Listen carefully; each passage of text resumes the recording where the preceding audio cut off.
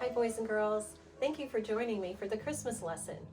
What I'd like to do is read you this beautiful story called Mary's Christmas Story. This story comes right from the Bible, and it tells me right inside the cover that it's from Luke's Bible. So you might have a Bible at home, you could look it up and read the entire story of Mary and baby Jesus, or listen along to me today. So let's get started. Get nice and comfortable for the story, and here we go. Mary's Christmas Story. Young Mary lived in Nazareth, a town in Galilee. She was a girl who tried to serve the Lord most faithfully. As Mary quietly sat in her home one night, the angel Gabriel appeared, shining oh so bright. "Greetings," said Gabriel. "You're favored by the Lord." Mary felt afraid and trembled at his words. But the angel gently said, "Mary, do not be afraid. God is very pleased with you, and he sent me here today. You will have a baby named Jesus, God's own son. He will sit on David's throne, ruling everyone." Mary did not understand. She asked, "How could this be? I'm not married yet, you see." Gabriel said, "God himself will cause you to conceive. Nothing is impossible with God. You may believe.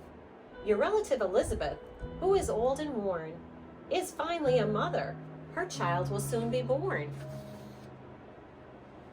"I am my good Lord's servant," Mary then did say.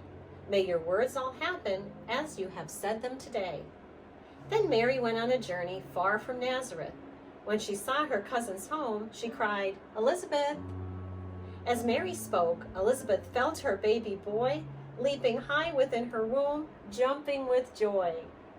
Elizabeth knew right away that Mary was the one God had chosen as the mother of his only son. Mary said, "The Mighty One has been so good to me, and to all of Israel, he's come to set us free." Mary stayed there visiting until 3 months were gone. Then Elizabeth gave birth to a son named John. And then King Caesar issued this command: a census will be taken throughout all the land. So Mary and Joseph had to pack and travel down to Bethlehem, since it was Joseph's family's town. When at last they arrived in tiny Bethlehem, every room was full. There was no room for them. Finally, an innkeeper invited them to stay in his barn where they could sleep on the oxen's hay. Soon the time came for the baby to be born.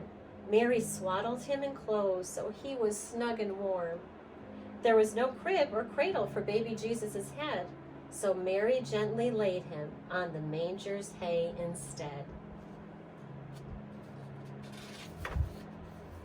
As Mary gazed upon the face of her newborn son, some shepherds came in saying, "He must be the one."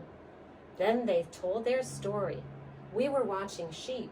It was dark and quiet, and we were half asleep. Suddenly we saw a sight that jolted us awake, an angel so glorious, our knees began to shake.